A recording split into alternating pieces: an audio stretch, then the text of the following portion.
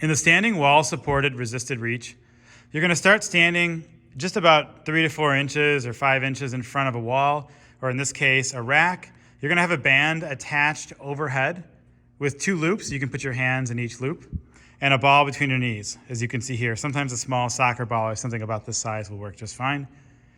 What you're going to do next is attempt to reach the band forward as you unlock your knees and push your back backwards behind you and try to find that wall, or in this case, that rack. What you should do here is feel that your weight shifts to your heels.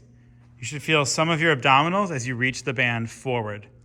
You're going to try to exhale all of your air out through your mouth as you reach the band forward, pushing your ribs back. When you get all of the air out of your mouth, you're going to pause for about 3 seconds. Holding this rounded and reach position, you're going to take a quiet breath in through your nose, making sure not to use your neck. And then every exhale, you're going to try to reach a little bit further forward and down as you push your ribs further back behind you.